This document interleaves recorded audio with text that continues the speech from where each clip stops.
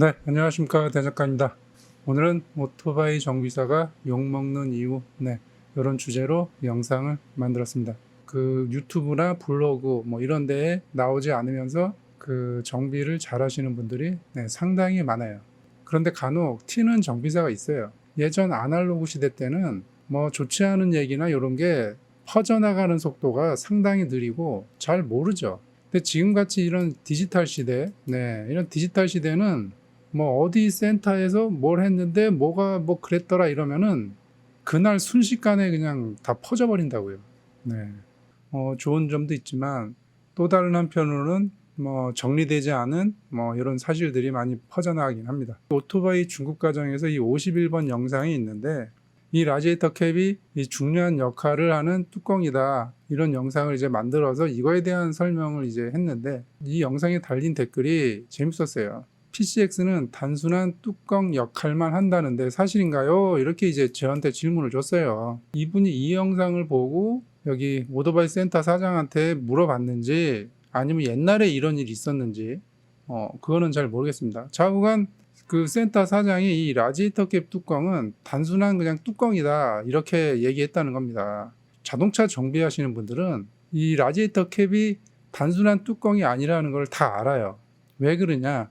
이 자동차 정비 그 시험을 볼 때 이 라지에이터 캡에 대해서 공부를 하거든요. 자동차 정비하시는 분들은 이 라지에이터 캡이 단순한 뚜껑 역할을 하지 않는 걸 다 아는데 오토바이 같은 경우는 이런 정비 교육이나 이런 게 없어서 그럴 수 있는데 자가 정비 같은 경우는 이런 거 몰라도 돼요. 본인 오토바이를 본인이 수리하기 때문에 본인이 필요한 것만 그냥 공부해서 이제 그냥 이렇게 작업하면 되는데 돈을 받고 그런 정비 업체를 운영을 하면 공부를 해서라도 이걸 알고 있어야죠. 네.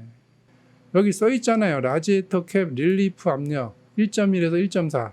그러니까 서비스 매뉴얼을 한 번만 읽어봐도 콜라 뚜껑 마냥 단순 뚜껑이다 이런 말은 할 수가 없는 겁니다. 이런 게 이제 그 잘하는 오토바이 정비사까지 꾸정물이 튀는 거죠. 네.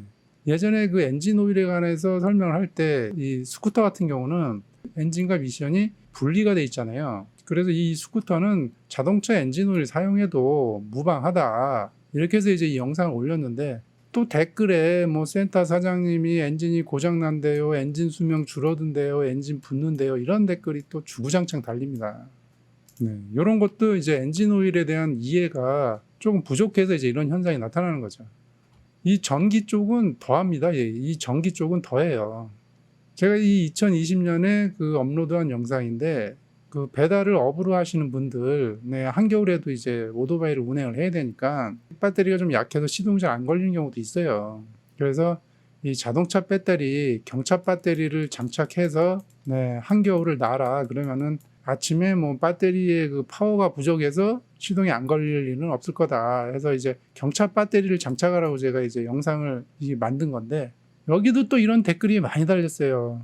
센터 사장님이 이 자동차 배터리 장착하면 발전기가 폭발한대요. 발전기 고장난대요. 계기판 고장난대요. 이런 것도 있어요. ECU도 고장난다고. ECU도 고장난다고. 이런 댓글도 있었어요. 전기 쪽은 정말 좀 심각하다. 지금 그 배달하시는 분들을 보면 이 열선도 장착하고 블랙박스, 그 다음에 휴대폰 거치대, 안개등, LED, 이렇게 기타 등등해서 이 전기 장치를 많이 이제 다는데 발전기가 요겁니다. 여기서 생산되는 전기로 이 오토바이에 필요한 곳에 이렇게 전기를 다 공급을 하는 거예요. 그리고 남는 걸로 블랙박스니 열선이니 자석 거치대, 안개등, LED 이렇게 다 공급을 해주는 거예요.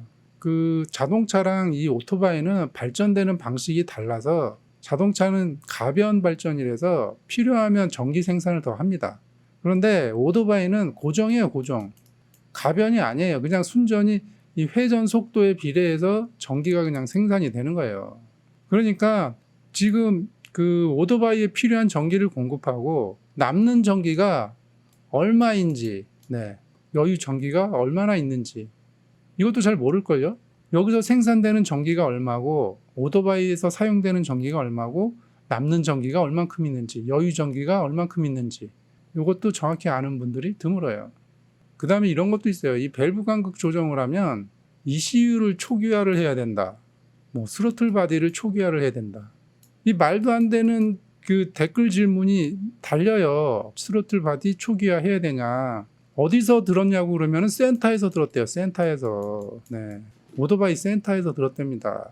이 스로틀 바디는 스로틀이 열리는 각도를 체크하는 스로틀각 센서가 있고, 공회전 조절 센서, 네. 그 다음에 온도 센서, 그 다음에 맵 센서.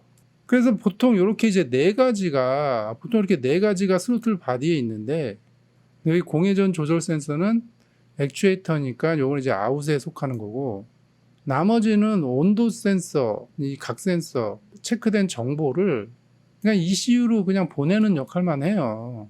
여기서 무슨 초기화라는 말 자체가 성립이 안 되는, 네, 이런 거를 센터에서 들었다고 합니다.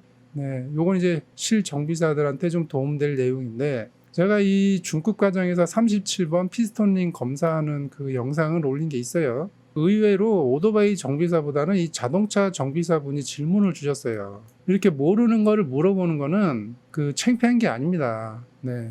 근데 왜 이 자동차 정비사분이 이 질문을 하게 됐는지 그거를 알려드릴게요.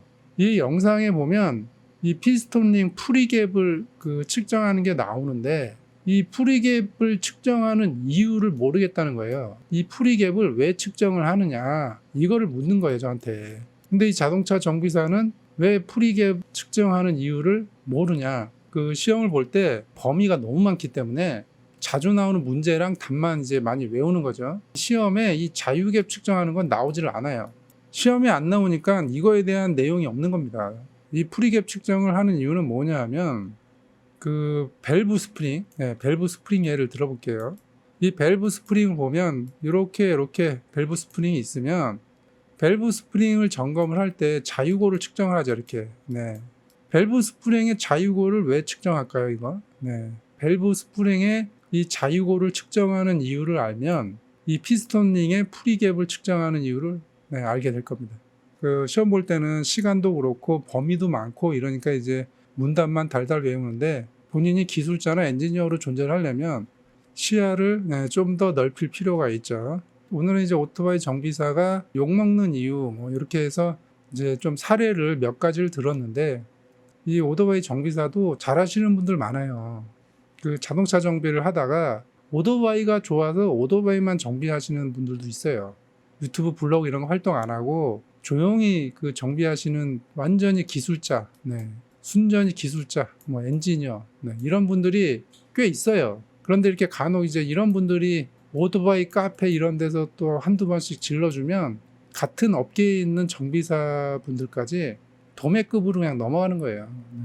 그리고 한 가지 더 이제 첨부하자면, 다른 사람 돈을 받고 정비를 해준다 하면 어느 정도 이 기술 지식은 좀 갖춰야 되지 않나, 이런 생각을 합니다. 오늘은 여기까지 하겠습니다.